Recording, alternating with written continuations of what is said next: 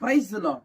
ఈ చక్కని ఉదయమందు దేవుని యొక్క మంచి మాట మనకి మార్గమును చూపుతుంది, మనకు వెలుగుగా ఉంటుంది. కాబట్టి ఆ మంచి మాటను మనం తెలుసుకొని ముందుకు వెళ్దామా?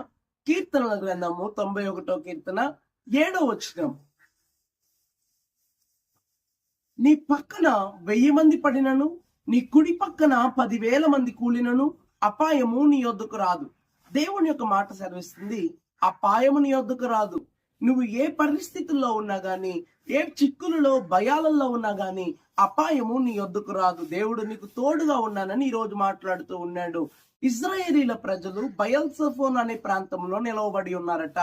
ఆ రోజున ఎదురు చూస్తే ఎర్ర సముద్రము, వెనకాల చూస్తే ఫరో సైన్యం తరుముకుంటూ వస్తుంది. వారి పరిస్థితి ఎలా మారిపోయిందంటే, ఎదర దారి లేదు, వెనకాల దారి లేదు. ఎదర చూస్తే నుయ్యి, వెనకాల చూస్తే గొయ్యి అన్నట్టుగా ఏ పరిస్థితి వారికి అనుకూలంగా లేదు. ఎదరకు వెళ్ళినా చచ్చిపోతారు, వెనక్కి వెళ్ళినా చచ్చిపోతారు. వారి పరిస్థితి అధ్వానమైన స్థితిలో నిలబడింది.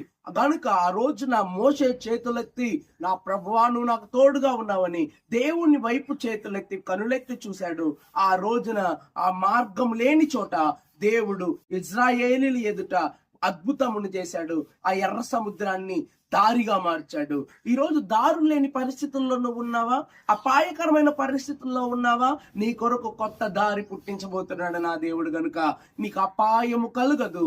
ఏ పరిస్థితులు 1000 మంది నీ పక్కన పడిపోయినా, 10,000 మంది కూలిపోయినా, ఎటువంటి రోగము, ఎటువంటి భయము నీకు ఉండక్కర్లేదు. ఎందుకంటే నీ దేవుడు నీకు తోడుగా ఉన్నాడు. గనుక ప్రార్థన చేసుకుందాం. ఈ ప్రార్థనలు ఏకీభవించండి. దేవుడు మీకు తోడుగా నడవబోతూ ఉన్నాడు. మహాపరిశుద్ధుడా, మహాగణుడ, మహోన్నతుడా, ఈ చక్కని ఉదయకాల సమయంలో చల్లని మాటతో నువ్వు అయా ప్రతి ఒక్కరిని దర్శించినందుకు వందనాలు.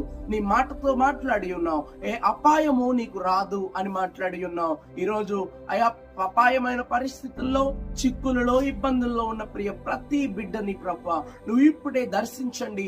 వారి చీకటిలో నుంచి, వారి అపాయములో నుండి ఇప్పుడే విడుదల చేయమని ప్రార్థిస్తూ ఉన్నాను. అయా మరి ప్రాముఖ్యంగా ప్రభా అయా నీ సమృద్ధిని ప్రతి ఒక్కరికి దయచేసి ఈ మాట వారి జీవితంలో సమృద్ధిగా నెరవేరును గాక.